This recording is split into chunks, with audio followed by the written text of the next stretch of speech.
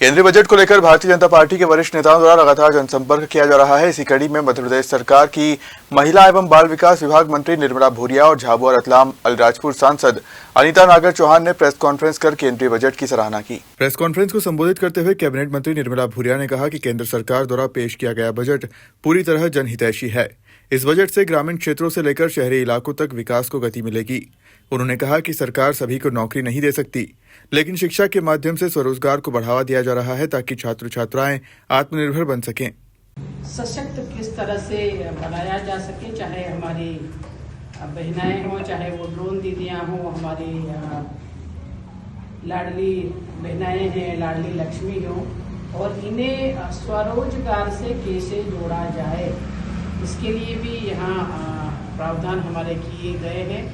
और हर जिले में ऐसे हमारे बच्चियों के लड़कियों के हॉस्टल खोले जाएंगे, जहाँ पर उनको शिक्षा के साथ साथ रोजगार भी वो कर सके। इस तरह की उनको ट्रेनिंग दी जाएगी, क्योंकि सबको नौकरियां देना संभव नहीं हो पाता है।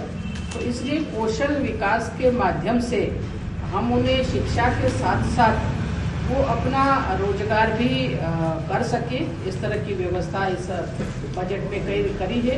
और स्वास्थ्य के क्षेत्र में हम ये कहें कि हमारा देश जो है वो सदियों से हमारी ऋषि परंपराओं के अंतर्गत चला है, और हमारे गांव में रहने वाले जड़ी बूटियों से और दूसरी जो चीज़ें हैं उनसे ही इलाज कर लिया करते थे। और कोरोना काल में हम सब लोगों ने इसे भुगता भी है और हमें ये समझ में भी आया है।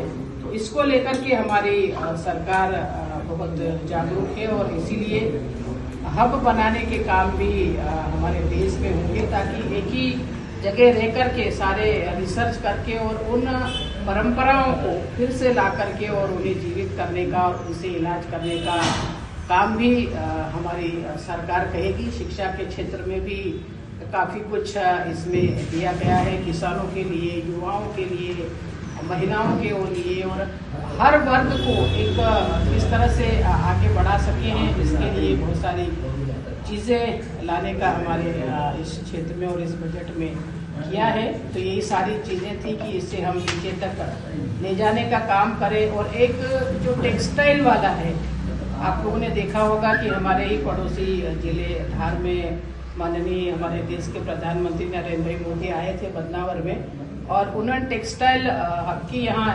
भूमि पूजन किया था, और देश का पहला ऐसा टेक्सटाइल वो यहाँ करा। और ऐसे ही देश में अनेक टेक्सटाइल की स्थापना करेंगे, ताकि व्यापारियों को भी उससे फायदा होगा। और जो कपास का उत्पादन जिन जिन क्षेत्रों में, जैसे हमारे क्षेत्र में अच्छा कपास का उत्पादन होता है, तो यहाँ प्राथमिकता दे करके तो व्यापारियों को भी उससे फायदा होगा, किसानों को भी फायदा होगा, और उससे रोजगार भी मुहैया होगा।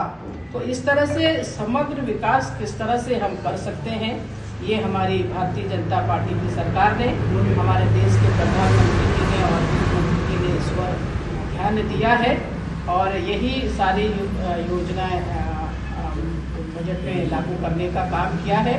और अगर किसी प्रदेश को, किसी देश को विकास की दौड़ में आगे बढ़ाना है, तो उन्हें चाहे वो सड़क मार्ग हो या वायु मार्ग हो या जल मार्ग हो, इसके माध्यम से भी काफ़ी कुछ प्रावधान इस बजट में रखे गए हैं, ताकि आम व्यक्ति को हम लोग सुविधाएं दे सकें। ये हमारे इस बजट में ध्यान रखा गया है। तो यही कुछ बिंदु जो हमें आप लोगों के सामने रखा था। बाकी तो बजट आप सभी लोगों ने पढ़ा है और सभी लोगों ने समझा है इस लोगों को।